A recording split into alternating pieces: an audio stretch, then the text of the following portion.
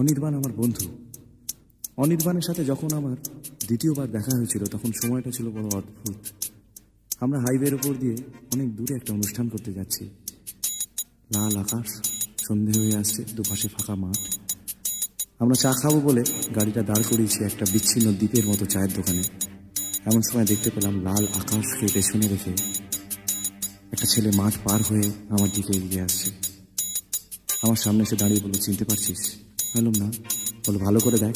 আমি সেই চুরি যাওয়া আলোতে ওকে চিনলাম, আমার বন্ধু অনির্বাণ। আমার চোখের সামনে পুরনো দিনগুলো ছায়াছবির মতো ভেসে উঠছে।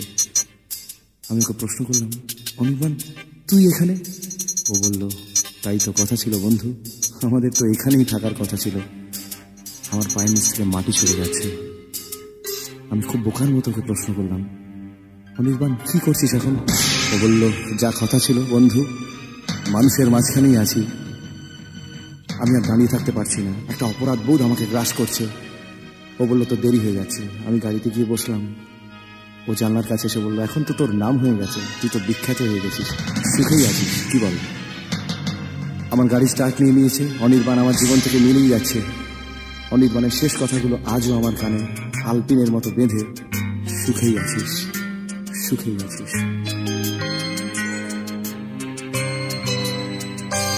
দেখে যা অনির্বাণ, কি সুখে রয়েছে প্রাণ।